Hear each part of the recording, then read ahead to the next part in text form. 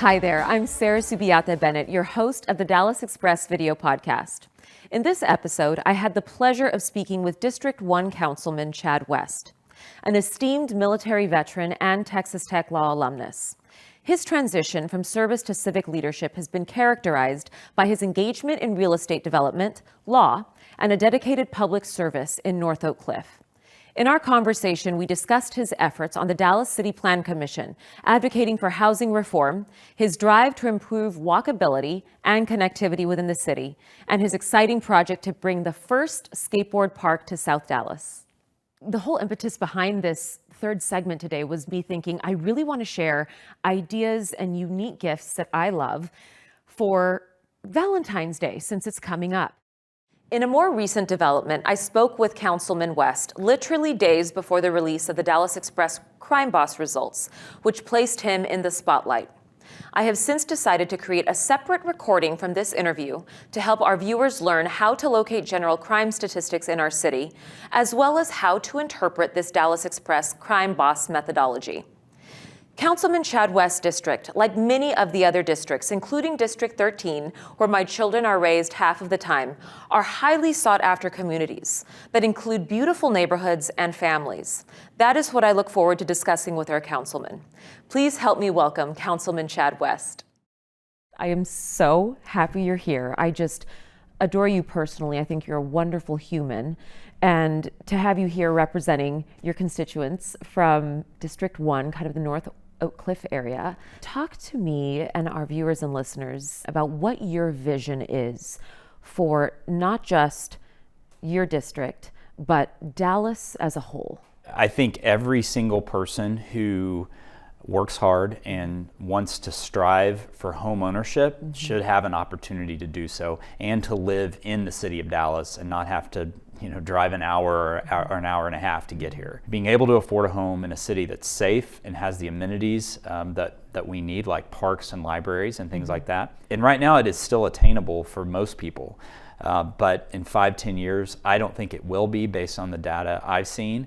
You look at the overall economy, and the construction prices are sky high right now. Inflation's high. It's hard to get a loan and actually close on a deal. And so we've got to be very conscious of that. So the reforms that I've pushed since coming on to City Council in 2019 have really been to try to push for better development and more development throughout the city. So one of the most recent reforms that I have proposed along with 4 of my colleagues is for the city to reconsider minimum lot sizes and then gentle density. So there's 2 pillars to this.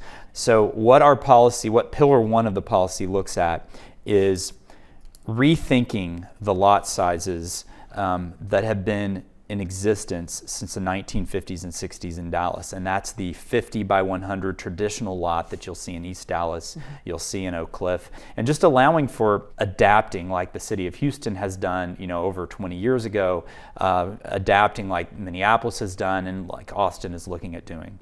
The second pillar is allowing for gentle density on vacant lots.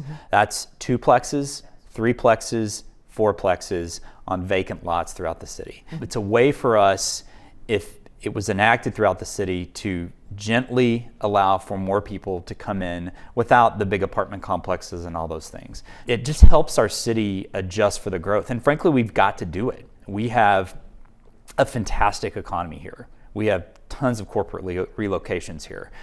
Every year we have tens of thousands of people moving from San Francisco, Seattle, Portland, New York City who want to come to Dallas, but it's making our housing prices go higher and higher and higher, with our median home price now being upwards of $500,000.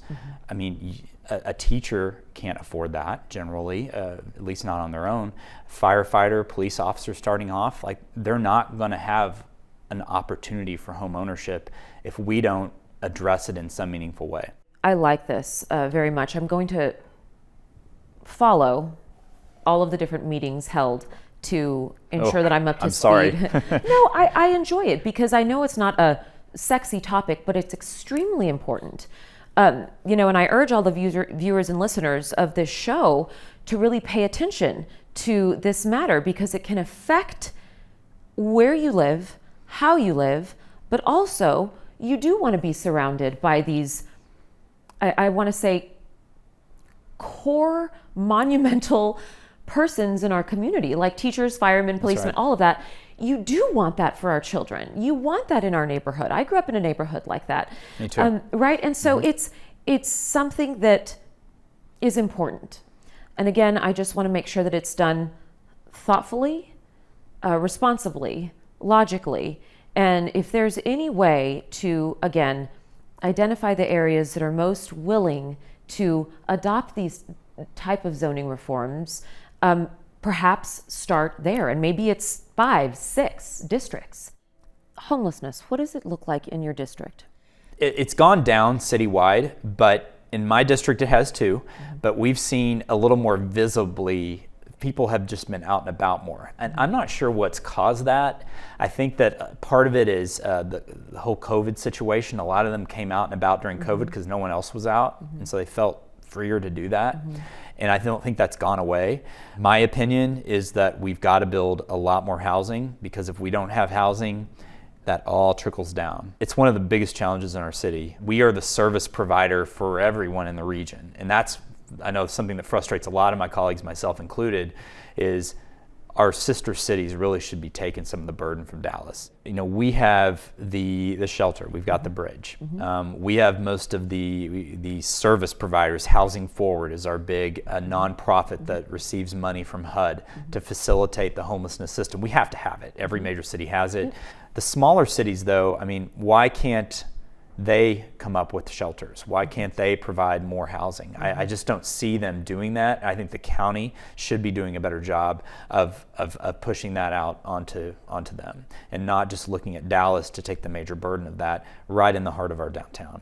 Talk to us a little bit about how you have done a fairly decent job in helping to control crime. I have to give credit to our police chief. He's amazing. And, you know, we came out of COVID, we had a very low morale in the police force. It was my first term, and I'm like, what did I sign up for? I feel like at that point it couldn't have gotten worse. But then we got Eddie Garcia came in, and he just brought a fresh perspective. He brought a huge shift in morale to our police force, and you know, anything he's asked for and the police force have asked for, I've supported. It's kind of a no-brainer. When people think about public safety, you think about crime, but you also think about speeding, which is a criminal act as well, but speeding and your safety of crossing a street.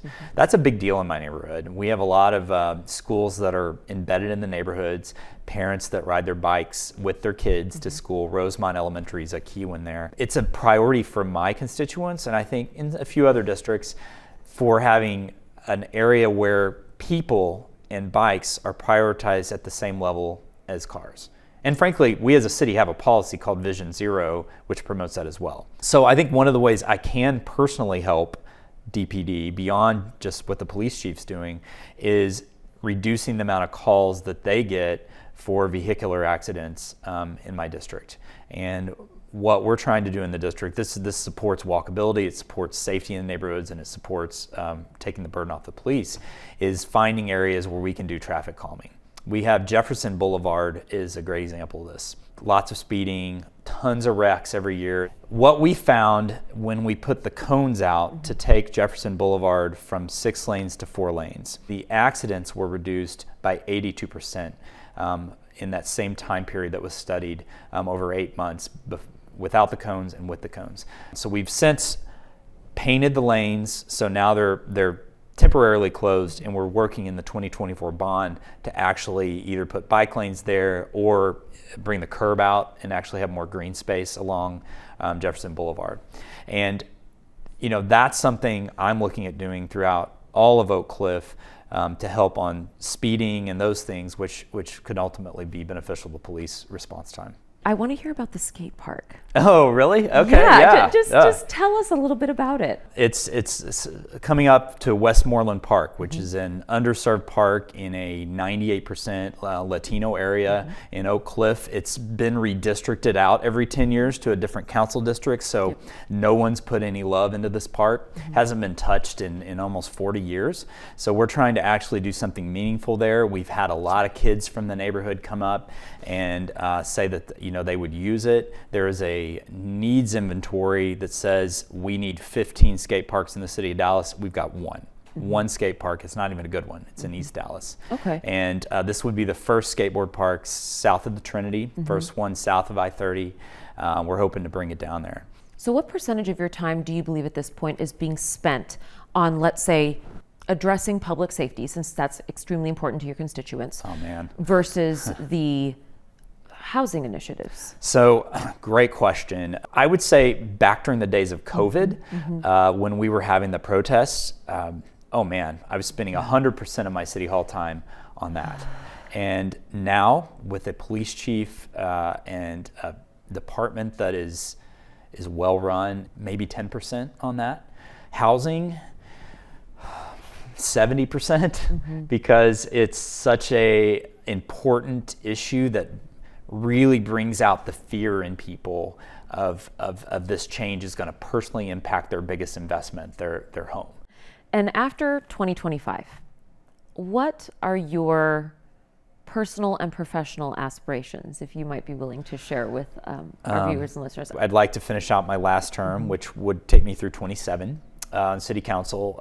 There's a lot of complicated zoning matters that I filed 5 years ago that are finally bubbling up to the top to really bring neighborhood protections through Oak Cliff and set us up for the next 30 to 50 years. I don't want to leave those with the successor to have to deal with the politics. I'd rather jump in myself. I want to get the skate park built. That's important. I promise my constituents it's going to happen. Well, I appreciate your thoughts. I appreciate the conversation. Do you have anything else that you want to leave our viewers and listeners with, and even your constituents with?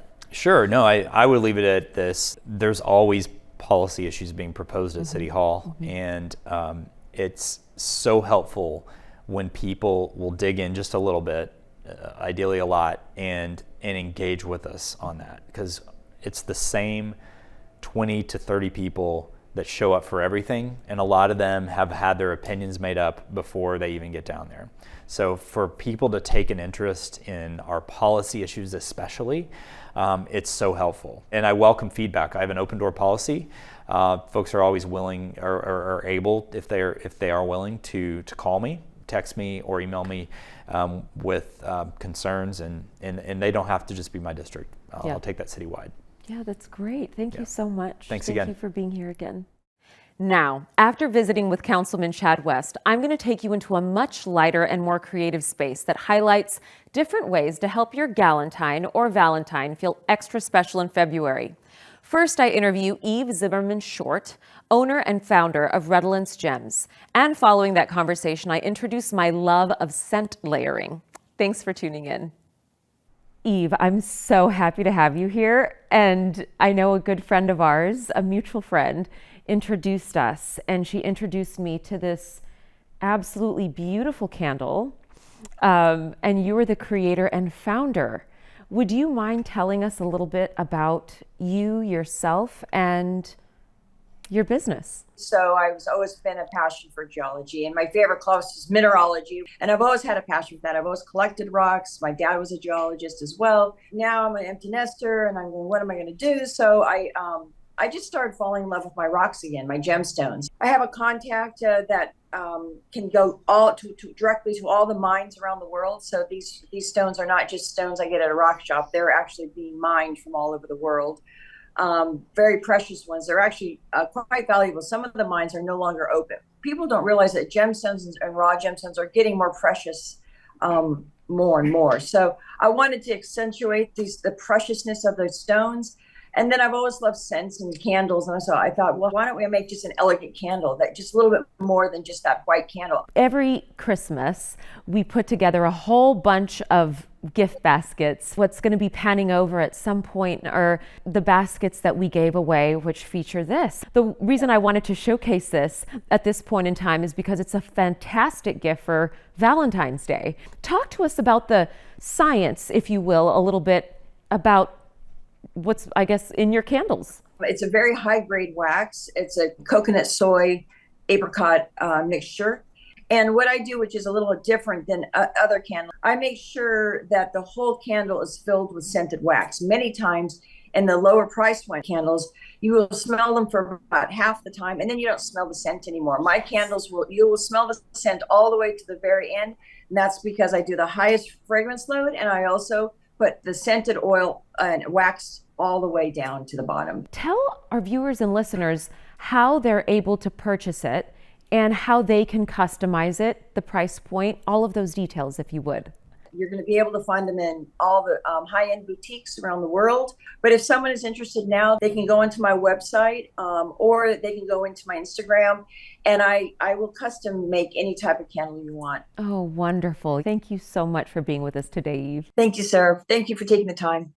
All right, so it was wonderful spending time with Eve, and this is an incredible scent, but over the Christmas holiday season or before it, I was looking for a gift for my assistant, and I walked into Tom Ford, and there was Ernesto Anaya, who is, I think, the director of scents or something to that effect at Tom Ford. He works primarily out of the Highland Park Village location, but I spotted him over at North Park, and he introduced me to these two to die for scents. And I've literally been stopped multiple times, I've been asked, what are you wearing? It's incredible. And I'm like, well, I didn't put this together. It was this man, Ernesto, who's fabulous. And it's just a unique gift idea. I've been layering Jo Malone products for years. It's in my travel bag. And these new scents are some that I cannot wait to try. But that price point for Jo Malone is about $72. This nest up here is about $48. This Juliet Has a Gun, I believe, is comparable to this Jo Malone set. Tom Ford is a little bit more expensive, but if you're looking to splurge, I cannot tell you how incredible these two scents are. Normally, I'll just apply this Tom Ford Electric Cherry scent, and then at night, and this was per Ernesto's recommendation, I'll layer this very sexy, sultry, woodsy Tom Ford scent. But these are just some ideas, like I said, I wanted to share. And they do have a small kit available on this Cherry Trio scent for Valentine's Day. So you can purchase this online, but I'm telling you, the way I do it is as such. So I initially apply this scent here. Oh, and it's sweet, light, happy daytime. And I swear for nighttime, you layer this, and I'm going to absolutely botch the Fourgeois d'Argent. I don't know exactly how to pronounce it, but you layer that on top, and oh, you're just like a walking attraction for your loved one. So I just highly recommend this if you're looking for something unique. These are all brand new scents. And this Rose Amber scent, oh gosh, it is Rose Amber. There's no better way to describe that. And layered that with rose and magnolia. All right. See, the rose magnolia, I don't know that I would include that. Oh, but you know what's interesting about Jo Malone and Tom Ford? This is a men's cologne, but I don't care. I've always worn feminine and masculine scents, which I think is the unique concept behind layering. This Nest kit over here, they're actually roll-ons, but this, back to this rose and magnolia cologne, I would never wear that individually because it's overly rosy, and because I kind of trend a little bit more masculine, and this one is rose blush. That one's great. Okay, so I would probably start by layering that rose amber with maybe 3 sprays, and then 2 of rose blush, and maybe 1 of that magnolia at the very end, because it's a little bit more feminine. And again, if you like a little bit more feminine aroma, then maybe you use that as your base layer with 3 sprays, and then accompany it with fewer on the layer upwards. But those are just my ideas and unique gift ideas for you or your loved ones. Thanks for being with us.